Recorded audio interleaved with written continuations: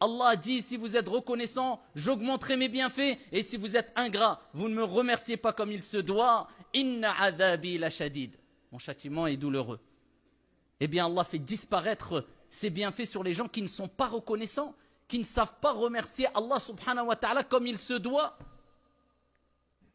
Arrêtons de se plaindre. Wallahi, normalement, on n'a pas le droit de se plaindre. Normalement.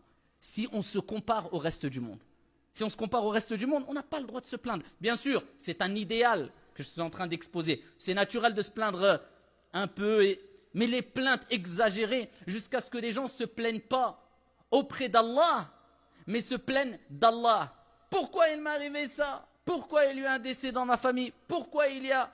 Allah Azza wa Jal demande des comptes et il ne rend pas des comptes. Allah subhanahu wa ta'ala, c'est lui qui va te juger. C'est pas toi qui vas juger Allah subhanahu wa ta'ala. Allah Azza wa Jal, c'est Al-Hakim, le sage. Et Al-Hakim, le juste par excellence. Sa justice n'est que sagesse. Que tu le comprennes ou pas. Derrière chaque décision divine, il y a une sagesse. Que tu la comprennes ou pas. C'est l'istislam. Je me soumets complètement au décret divin. Tel doit être le croyant. Et quand il lui arrive une musiba, il s'en remet à Allah parce qu'il sait que l'épreuve vient d'Allah Azza wa Jal et qu'Allah subhanahu wa ta'ala nous a dit La yukallifullahu nafsan illa wus'aha. Allah ne donne pas à une âme une charge au-dessus de sa capacité. Et il sait que Allah a dit Wasbir wa ma sabruka illa billah. Et patiente. Et Allah rappelle que tu ne pourras patienter qu'avec l'aide d'Allah. Donc au moment de l'épreuve, il dit Inna lillahi wa inna ilayhi raji'un.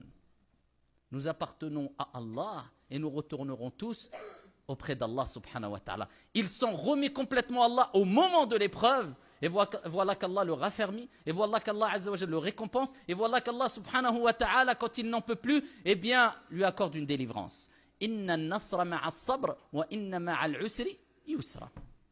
Le secours vient avec quoi? La patience.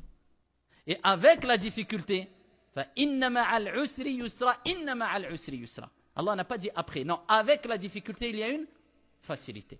Et il répète, avec la difficulté, il y a une facilité. Il n'y a aucune difficulté qui n'est pas accompagnée d'une facilité. Mais cette facilité sera présentée à toi, te sera présentée au moment adéquat, au bon moment. Parce qu'Allah veut que tu endures, veut que tu patientes, veut que tu pleures, veut que tu arrives au moment où tu invoques Allah Azza wa Jal avec un cœur présent, avec concentration.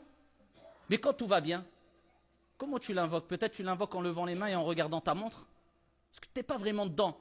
Mais quand tu as une grosse épreuve, tu invoques Allah Azza wa Jal comme celui qui est au milieu d'une tempête en pleine mer.